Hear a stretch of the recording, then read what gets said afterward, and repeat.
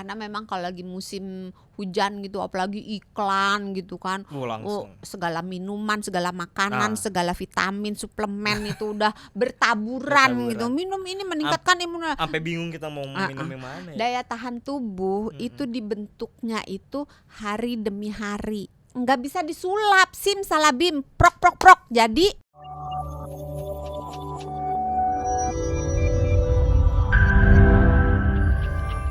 sekarang masuk dulu ke segmen bener gak sih? bener.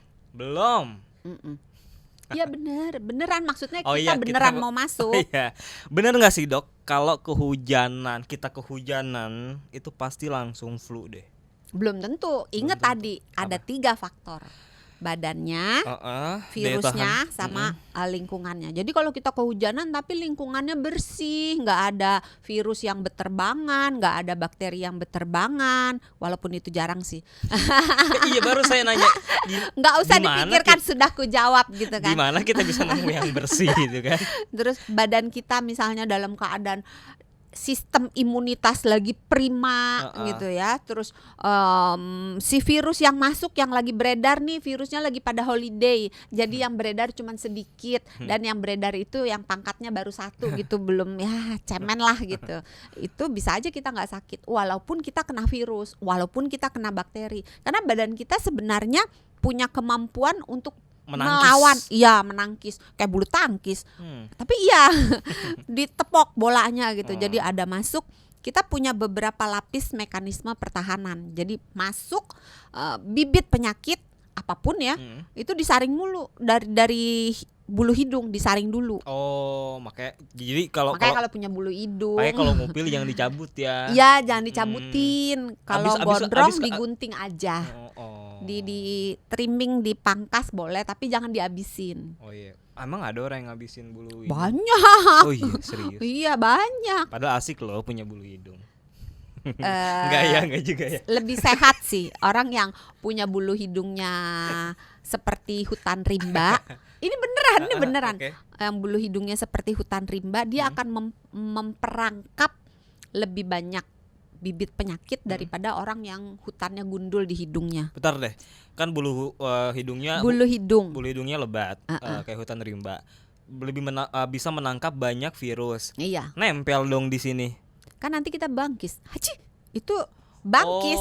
Ini beneran. Bersin itu adalah cara mekanisme tubuh untuk membuang virus yang tadinya udah disimpan sama si bulu hidung. Oh, I see. 1 bangkis. Okay. 2 bangkis apa sih? Bersin. Bahasa apa itu? Ya ampun. Bahasa orang zaman dulu. Coba oma-oma, opa-opa pasti tahu kalau dibilang bangkis itu ya pasti Allah. Tahu. Bahasa jadul ternyata. Iya, bersin. Jadi bersin itu merupakan upaya tubuh untuk melontarkan apa-apa yang ada di hidung. Jadi kalau bersin jangan ditahan ya. Iya. Terus yang kedua, manipulasi hidung. Manipulasi hidung. Ngupil. Istilahnya itu. Iya. Baru tahu manipulasi beneran hidung. loh, ini nggak bercanda, beneran. Manipulasi hidung itu sama dengan ngupil. Itu tindakan untuk mengeluarkan benda-benda yang mulai dari sekarang saya kalau mau ngupil saya bilang manipulasi saya mau manipulasi hidung dulu. Jadi keren mau. Coba dicari bener nggak manipulasi hidung itu artinya apa? Terus ada 3 ya. Bersin, manipulasi kalau hidung. Dia ketelen bisa aja jadi batuk. Terus kadang-kadang dia keluar sendiri sih.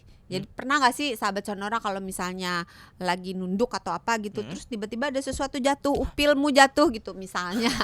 Enggak, tapi ini beneran dia secara natural bisa copot dan keluar sendiri. Sama kayak kotoran telinga, sebetulnya secara natural dia bisa runtuh sendiri, luruh sendiri. Oh iya. Oke deh, kalau gitu itu nice insight. Itu pintu paling depan. Ada pintu paling belakang? Pintu paling depan aja ada 2. Tadi bulu hidung sama selaput lendir. Emang ada lagi pintu yang lain? Ada. Apa? Amandel. Oh, jakun. Sama sel. Bukan. Beda ya.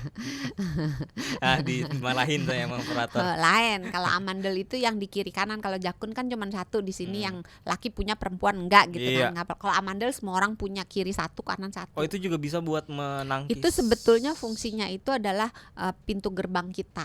Terus kita punya sel-sel, macam-macam sel di dalam saluran pernapasan kita. Kita punya sel darah putih, kita punya antibodi macam-macam. Jadi berlapis-lapis mekanisme pertahanan pertahanan tubuh kita. Bener nggak sih dok kalau minum vitamin C itu bisa langsung menyembuhkan flu dan teman-temannya sekalian? Ini saya susah ini menjawabnya.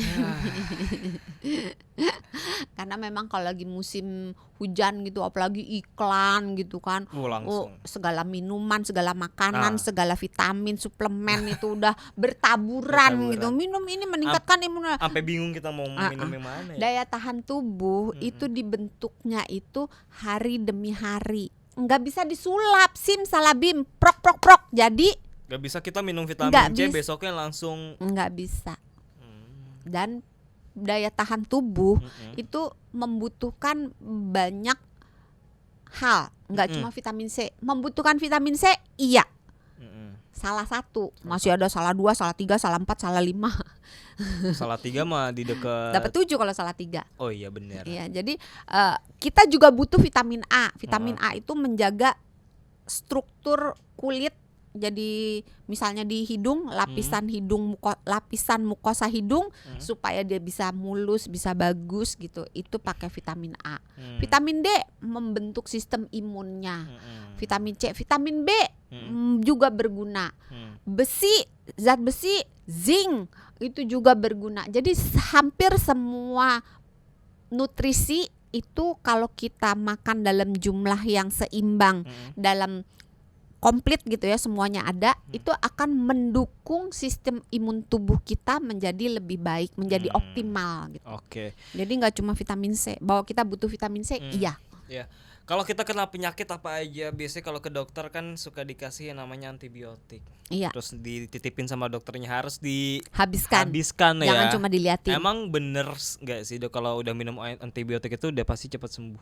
Nah ini termasuk banyak sekali pasien saya kalau datang, dok kasih antibiotik dok, ini saya 2 hari lagi mau keluar kota biar cepat sembuh. Antibiotik itu tidak mempercepat kesembuhan. Tapi antibiotik itu digunakan sesuai dengan indikasinya. Antibiotik digunakan untuk mengobati bakteri.